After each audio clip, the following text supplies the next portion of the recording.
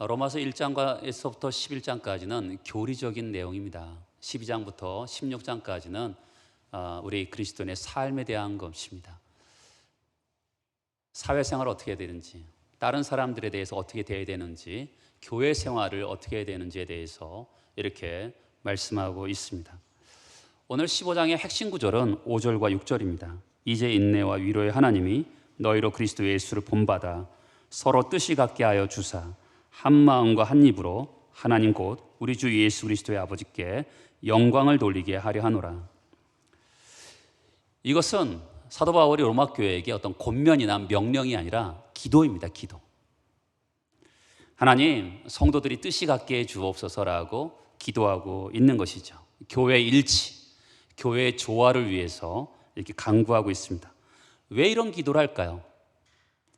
교회 안에 어떤 교회 일치와 조화를 이룰 수 없는 그런 위협적인 요소가 있었기 때문입니다. 예수께서도 이런 기도를 하셨죠. 우리와 같이 그들도 하나가 되게 하옵소서라고 기도했습니다. 제 아들에게도 일치와 조화를 이룰 수 없는 어떤 위협적인 요소가 있었기 때문에 예수께서 하나가 되게 해달라고 기도합니다. 하나가 된다는 것은 사실 더욱 커지는 것이죠. 로마 교회 안에 일치와 조화를 위협할 수 있는 요소는 무엇이었을까요? 1절에 보면 믿음이 강한 우리는 마땅히 믿음이 약한 자의 약점을 담당하고라고 합니다. 믿음이 강한 자와 믿음이 약한 자가 있었습니다. 여러분, 믿음이 약하고 강한 것이 있을까요? 사도 바울이 어떤 상대적인 개념 속에서 믿음이 강하고 약하다라는 이 개념을 이끌어냅니다. 그 당시에 특히 고기를 먹는 것에 문제가 있었습니다. 그 당시 우상 숭배했던 수많은 고기들, 그 당시 어떤 시스템적으로 그 고기는 신상에게, 우상에게 바쳐진 다음에 시장에 유통이 되었습니다. 당연한 시스템이었습니다. 그 당시 시스템적으로는. 그런데 어떤 사람들은 이렇게 얘기하는 거죠. 그 고기 우상 없어. 하나님 주신 음식이야. 물질인데 어때? 먹어라고 생각하는 사람들이 있었습니다. 쉽게 말하면 믿음이 강한 자라고 표현할 수 있었던 것이죠. 그런가 하면 어떤 분은 혹시 귀신이 쓰이면 어떡해? 이러면서 차마 먹지 못하는 사람들이 있었던 것이죠. 먹는 문제에서 이렇게 믿음이 강한 자와 약한 자가 있었습니다. 특히 유대인과 이방인 사이에 이런 일이 비일비재했습니다. 여러분, 유대인들은 지금도 어떤 잔치에 가면, 여러분 영화를 보시면 가끔 가다가 유대인들이, 남자들이 이렇게 모자를 쓰고 음식을 들고 갑니다. 잔치에. 왜 그러냐면 정결 예법에 관련된 음식만 먹기 때문에 거기 가서 음식을 잘 먹지 않습니다. 그러니까 유대인들끼리 모여있는 데는 거기 가서 음식을 먹는데, 이방인들과 음식을 먹을 때는 지금도 음식을 싸갖고 가는 것을 영화를 통해서 볼 수가 있어요. 처음에 예수를 믿을 때 유대인과 이방인이 같이 모여서 예배를 드렸죠. 여러분, 처음에 큰 은혜를 받으면 서로 사랑하게 되고 서로 섬기게 되고 그런 것이죠. 그런데 은혜라는 것이 계속 유지되면 좋은데 그렇지 않습니다. 어느 날 이들이 다시 은혜가 감소가 됐을 때 옛날의 습관이 나오기 시작하는 것이죠. 이들은 정결 예법에 의해서 음식을 먹었습니다. 그리고 율법에 의해서 인생을 살았던 사람들입니다. 그것에 의해서 이방인들을 재단하고 이방인들이 이끌기 시작합니다. 그런데 이방 사람들은 그것을 싫어하는 것이죠.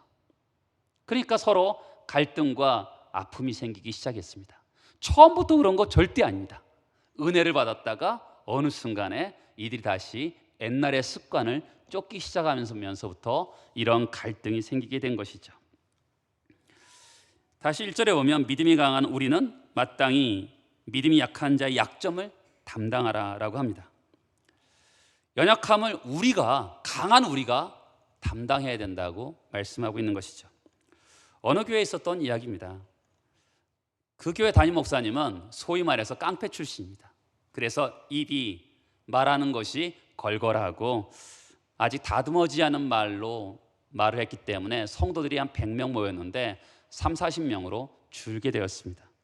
어느 주일날 주일학교를 섬겼던 집사님 부부가 보이지 않는 거예요. 이 가정도 떠났구나 이렇게 생각하면서 말씀을 전한 다음에 예배가 끝난 다음에 어떤 여자 집사님이 찾아와서 목사님, 그 주일학교 섬기는 집사님 부부가 부모님이 갑자기 아프셔서 목사님께 연락드리지 못하고 갔어요. 죄송합니다 라고 딱 연결해 드렸습니다. 우선 안심이 됐지만 왠지 모르게 섭섭한 거예요. 아니 그 여자 집사님한테 전화했으면 나에게도 연락을 했으면 얼마나 좋겠냐라고 생각했던 것이죠. 그러면 섭섭한 마음에 뒤를 확 돌으면서 하지 말아야 될 말을 했습니다.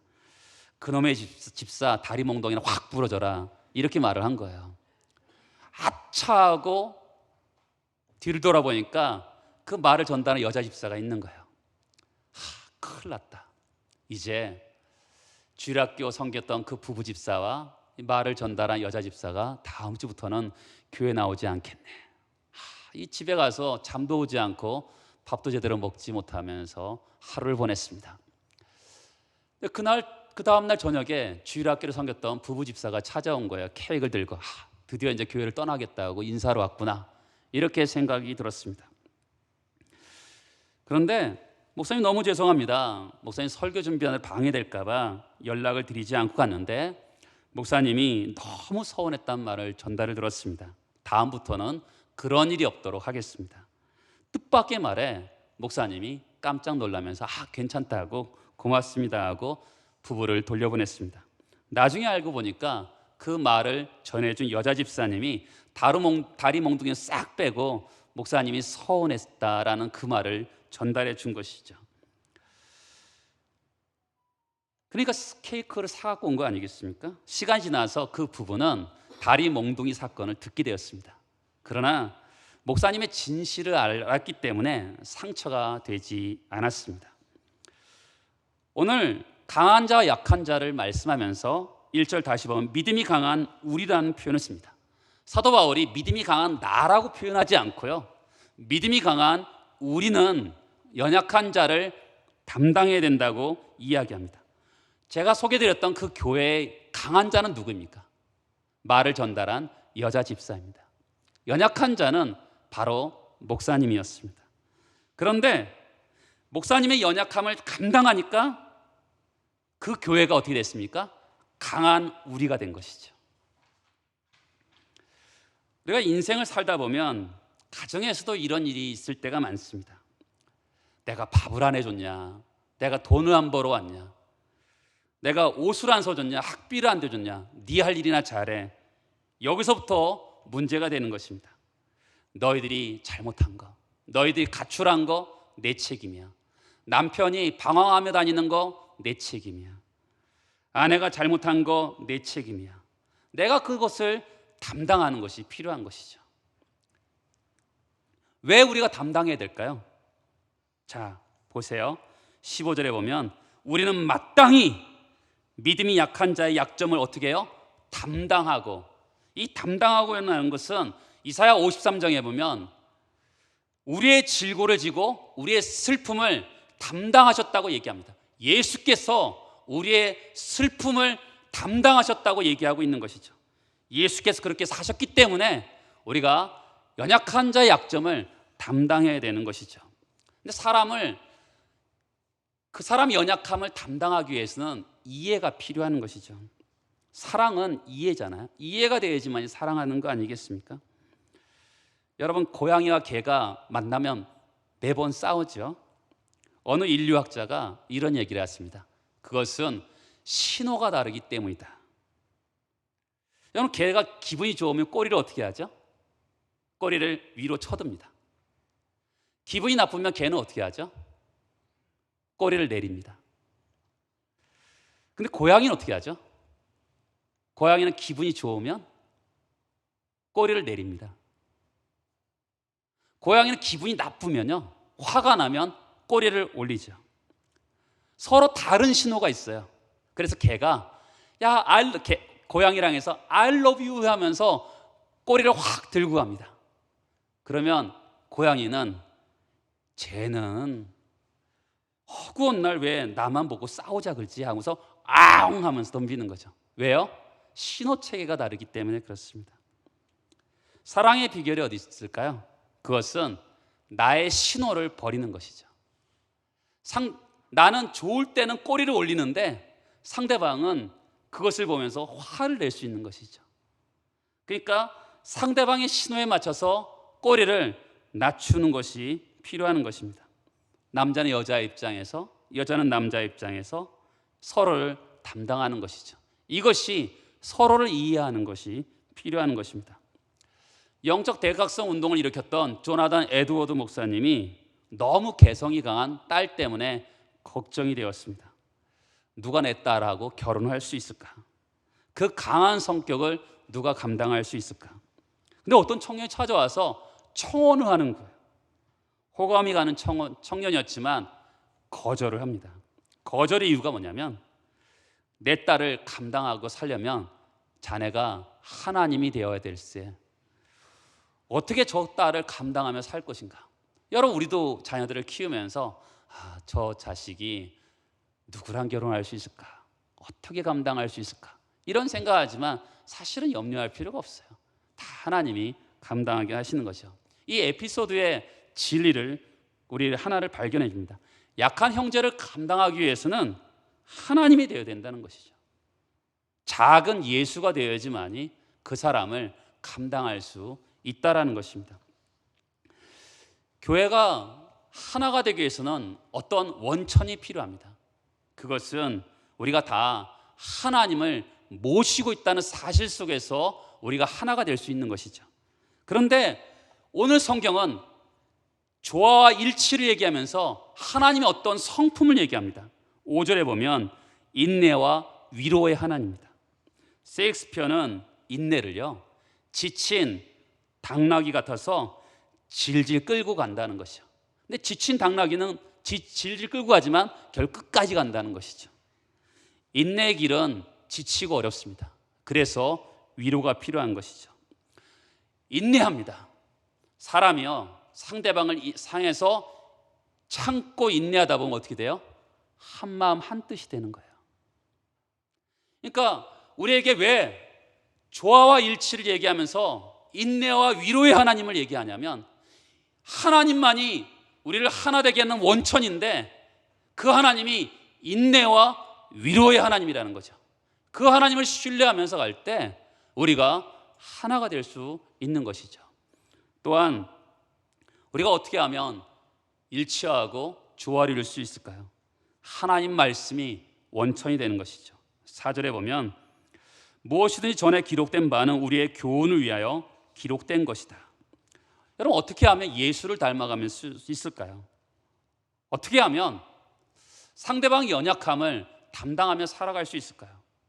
그것은 다시 4절에 보면 우리의 교훈을 위해서 기록되었다는 것이죠. 형제의 약점을 담당할 수 있는 수준까지 가기 위해서는 하나님 말씀을 공부해야 되는 것이죠. 하나님 말씀을 먹어야 되는 것입니다. 그래야지만이 예수의 마음이 내 마음이 되는 것이죠. 내 안에 예수의 마음이 자라는 것입니다. 자꾸 자라서 나도 모르게 예수님처럼 되는 것이죠. 그러면 어떻게 하면 조화 일치를 이루기 위해서 방법적인 게 필요하지 않겠어요? 어떻게 할 수 있을까요? 5절에 보면 이제 인내와 위로의 하나님이 너희로 그리스도 예수를 본받아. 예수를 본받을 때 우리가 하나가 될 수 있음을 얘기합니다. 예수는 어떤 것을 본받아야 될까요? 3절에 보면 그리스도께서 자기를 기쁘게 하지 아니하셨다고 합니다. 어떻게 나를 먼저 기쁘게 해야지, 내 코가 석자인데 어떻게 남을 기쁘게 하면서 살아갈 수 있지? 이런 생각을 해볼 수 있죠. 근데 성경은 왜 이웃을 기쁘게 하면 살아야 되냐면 아주 단순한 얘기를 합니다. 예수께서 그렇게 사셨기 때문이다. 예수를 본받아라, 이렇게 이야기하고 있는 것이죠. 우리가 뜨겁게 사랑하면 닮게 돼 있죠. 부부가요, 세월이 지나면 닮습니다. 예수를 뜨겁게 사랑하다 보면 예수를 닮게 돼 있는 것이죠. 혹시 오래 예수를 믿었는데도 예수를 닮지 않은 분이 있다면 뭐가 문제가 있는 것이죠. 소설에 있잖아요. 아들이 태어났는데 아무리 찾아봐도 닮은 게 없어. 그래서 찾아낸 게 뭡니까? 발가락이 닮은 거죠. 하나님 앞에 가서 아무리 찾아도 나를 보니까 하나님 닮은 게 없어서 발가락을 보면서 하나님 발가락이 닮았어요 라고 할 수 없잖아요. 여러분, 예수님이 어떻게 사셨습니까? 예수님은 자기에게 나오는 약한 자들을 정말 고쳐주셨습니다. 소외된 자들에게 벗이 되어 주신 것이죠. 생각해 보세요. 자기를 기쁘게 하지 않고 남을 기쁘게 한다? 이웃을 기쁘게 한다. 어떻게 그럴 수 있을까? 근데 부부간에서도 그런 것 같아요. 상대방이 기쁠 때 내가 기쁘잖아요. 그렇죠? 상대방이 슬픈데 내가 상대방을 슬프게 했어요. 내가 기쁜가요? 나를 기쁘게 해 상대방을 슬프게 했어요. 기쁘던가요? 절대 그렇지 않습니다. 기브 앤 테이크죠, 사실은. 상대방을 기쁘게 했더니 그냥 내가 기쁜 거예요. 우리가 인생을 살다 보면 이웃을, 나를 기쁘게 하지 않고 이웃을 기쁘게 하기 위해서 우리는 이런 말씀을 들으면 전부 아니면 전무 이렇게 생각합니다. 내가 이 말씀을 그대로 살아야지, 아니면 어떻게 그렇게 살아? 이렇게 생각할 수 있는데, 여러분, 조금씩이나 우리 마음을 조율하면서 살아가는 거예요. 어느 순간 나는 이기심에 사로잡힐 때가 있습니다. 이 말씀대로 살아갈 수 없을 때가 있어요. 그럴 때 이번에 내가 이기적으로 살았네, 조금 다시 한번 남을 위해 살아봐야지. 이것이 마음의 깨어남이라는 거예요. 여러분, 순간순간 다시 깨어나는 거예요. 포기하는 게 아니라 다시 한번 깨어나고 또 깨어남을 통해서 나를 기쁘게 하지 않고 이웃을 기쁘게 하는 그런 삶을 살아가는 것이죠. 또한 이웃을 기쁘게 하되 어떻게 합니까? 2절에 보면 선을 이루고 덕을 세우도록 하는 것이죠. 작곡가 이건영 선생님이라고 있어요. 한국예술종합학교에서 교수하셨던 분인데, 그분이 알토들의 존재감이라는 어떤 칼럼을 쓴 적이 있어요. 신문에 난 겁니다. 합창에서 알토 파트의 존재감은 약하다. 다른 파트들에 비하면 확실히 그렇다. 소프라노는 존재감이 있다. 잘 들린다. 소프라노는 음악을 리드하는 역할을 한다.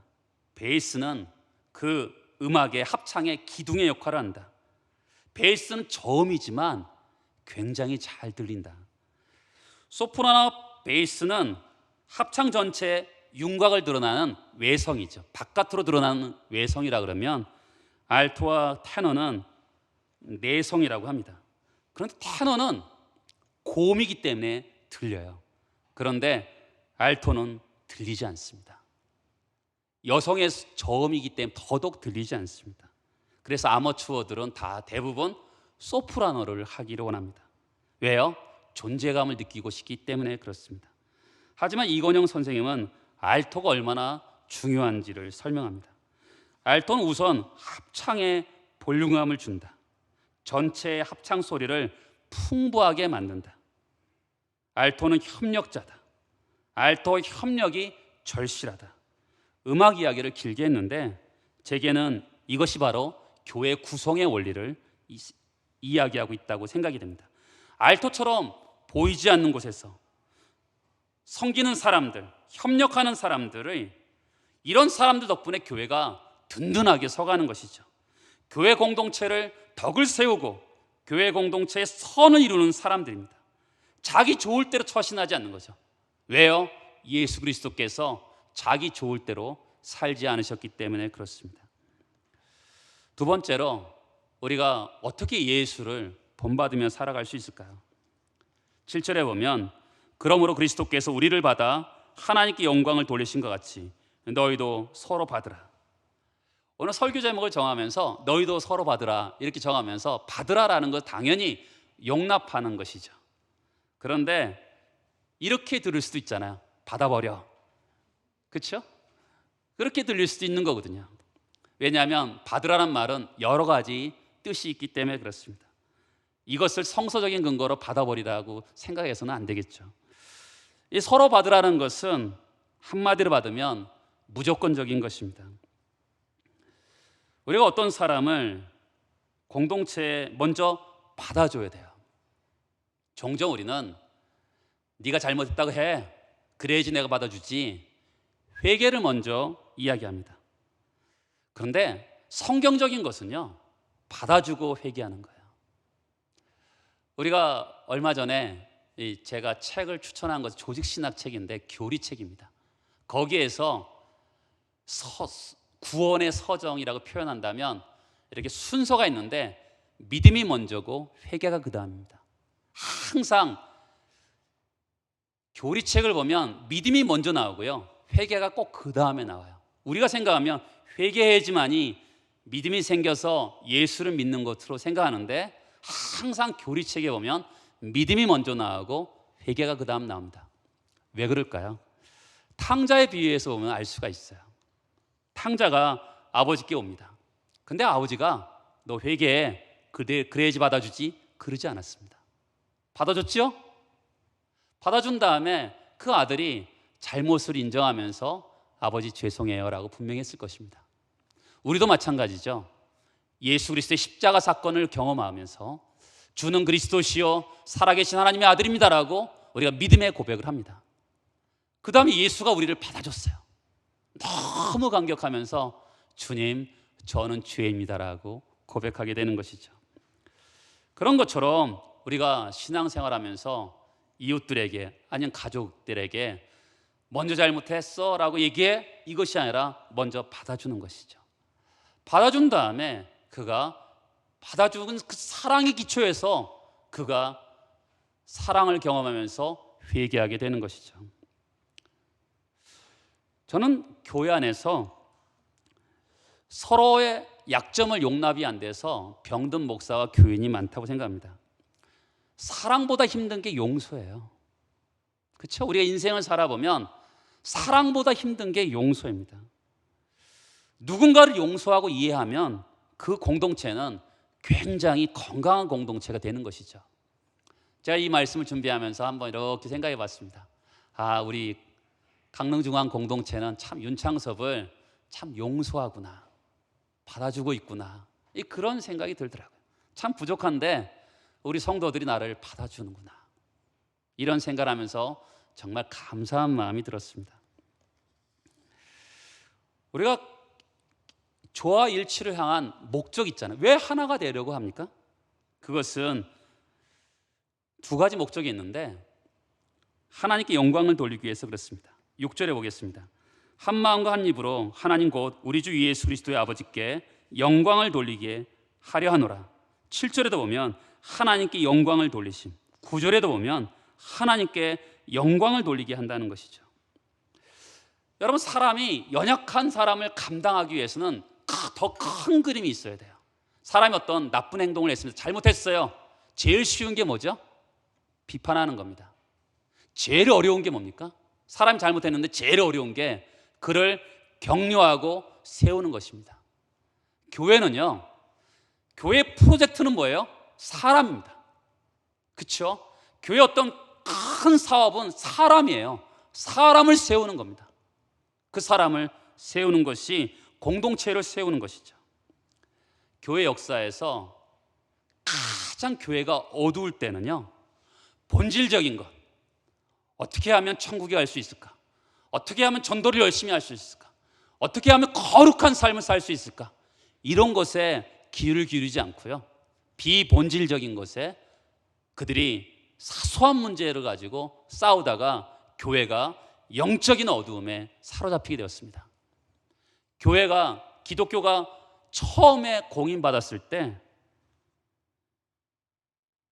교회 건축한 후 제일 먼저 일어난 교회 논쟁은요, 교회에 어떤 그림을 둘 것인가였습니다. 그것을 가지고 싸웠어요. 얼마나 큰 논쟁이었냐면 프레스코 논쟁이라 할 만큼, 이름이 붙여질 만큼 교회 어떤 그림을 놓을 것인가, 이것을 가지고 싸웠습니다. 중세 암흑기 때 카톨릭에서 논쟁 가운데 하나는 바늘 위에 천사가 몇 명이나 올라갈 수 있을까? 여러분, 천사가 몇 명이나 바늘 위에 올라갈 수 있을 것 같아요? 이런 것을 가지고 싸웠어요. 러시아 정교회, 러시아가 멸망할 때, 러시아 제국이죠. 러시아 제국이 멸망할 즈음에 러시아 정교회에서는 어떤 논쟁했냐면 사제의 가운의 길이를 가지고 싸웠습니다. 우습죠? 지금의 교회는 이런 일이 없을까요?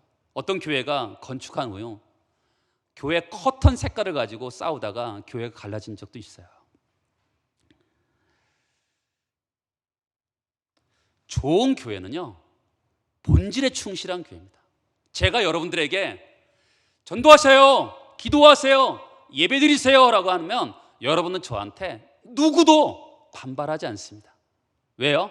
교회 본질이라고 생각하기 때문에 제가 아무리 얘기해도 누구도 저한테 반발하지 않아요. 교회 본질이기 때문에 그렇습니다. 어떻게 전도할까? 어떻게 거룩한 삶을 살까? 이것이 중요한 거죠. 이것이 큰 그림이잖아요. 이 큰 그림을 오늘 성경은 다른 말로 하나님의 영광이라는 표현을 사용하는 것이죠.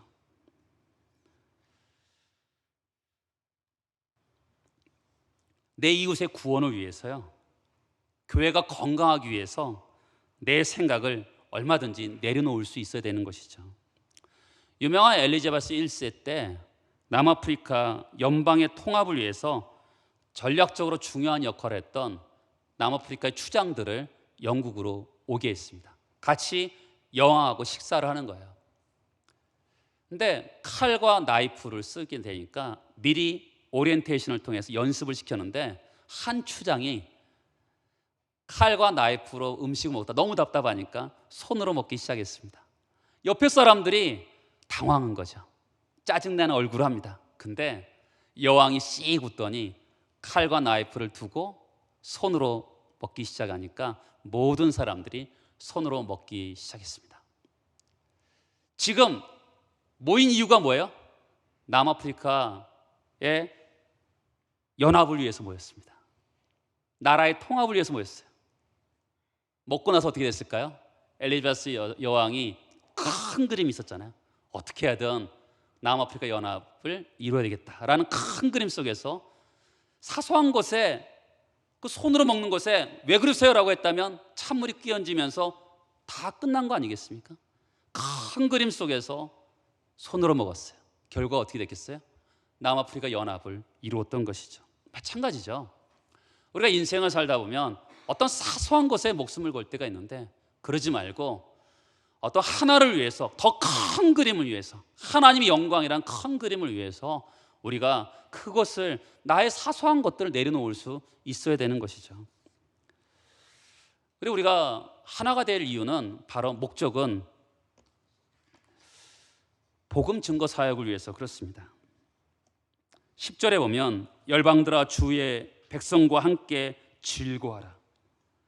로마서의 목적은, 성경의 모든 목적은 열방을 향한 것입니다. 우리 인생의 목적도 열방을 향한 것이죠. 자, 내가 강한 자가 되었어요. 그래서 내가 주를 즐거워합니다. 예수 안 믿는 사람들은 즐거움이 있지만 진정한 인생의 즐거움이 없어요. 그러니까 열방들아 주의 백성과 함께 즐거워라 그런 것이죠. 그들의 즐거움에, 예수를 믿는 사람들의 즐거움에 동참하라라고 오늘 이야기하고 있는 것이죠. 그리고 13절에 보면 소망의 하나님이 모든 기쁨과 평강을 믿음 안에서 너에게 충만하게 하사 성령의 능력으로 소망에 넘치게 하시기를 원하노라. 열방으로 전해지는 주의 이름이 우리의 소망인 것이죠. 모든 기쁨과 평강. 어느 자매가 있었는데 남편이 술을 먹고 들어왔습니다. 자기 그러면서 부인의 이름을 부르는 것이 아니라 엉뚱한 여자의 이름을 부르는 거예요. 어떤 마음이 들겠어요? 제정신 차려 물 한 그릇 한번 퍼주고 싶지 않겠습니까? 그러다가 쪼그려 자는 남편을 보면서 이 등을 이렇게 쓰다듬어 줬습니다. 그리고 기도했습니다. 하나님의 뜻을 이루기 위해서 이 일이 필요하다면 기쁘게 잘 감당하게 도와주세요. 하나님 남편을 불쌍히 여겨주시고 예수의 생명이 그 안에 들어가기를 원합니다. 이렇게 기도를 드렸습니다. 아침에 눈을 뜬 남편에게 꿀물을 타주면서 요즘 뭐 힘든 일 있어요? 아들이 요즘에 힘든데 좀 일찍 들어오셔서 아들을 좀 안아주세요. 그리고 예수를 믿었으면 참 좋겠습니다. 이렇게 한마디를 했습니다. 어떻게 이런 일을 감당할 수 있을까요? 여러분, 이 자매가 교회 성도들에게 지금의 상황 기도 요청을 했던 것이죠. 기도 요청을 하니까 어떤 일이 발생했어요? 다시 13절에 보면 모든 기쁨과 평강이 이 자매에게 있었던 것이죠. 성령의 엄청난 능력이 그 자매에게 있었던 것입니다. 아까 1절에 뭡니까? 강한 우리죠. 혼자는 연약했는데 같이 기도해주는 성도들 때문에 강한 우리가 된 것이죠. 자기는 연약합니다. 세상 사람들이 봤을 때 남편 잃어버린 피해자 아니겠습니까? 그런데 이 자매를 누가 연약하다 할 수 있겠어요? 같이 기도해주는 사람들이 있어서 그 자매가 기쁨과 평강이 그 안에 넘쳤기 때문에 강한 우리, 혼자는 약한데 그 자매를 위해서 기도해주는, 그 자매의 연약함을 다 감당해주는 수많은 무리가 있었기 때문에 강한 우리를 형성해서 그것을 이겨나갈 수 있게 된 것입니다. 우리가 연약한 자를 감당하면 어떻게 돼요? 강한 우리가 되는 것이죠.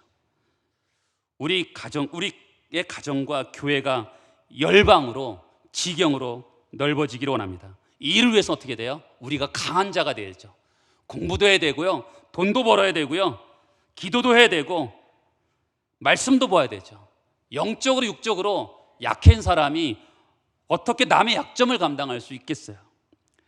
사실 우리는 연약한 자들이 모인 공동체입니다. 그런데 서로의 약점을 감당하면 어떻게 되죠?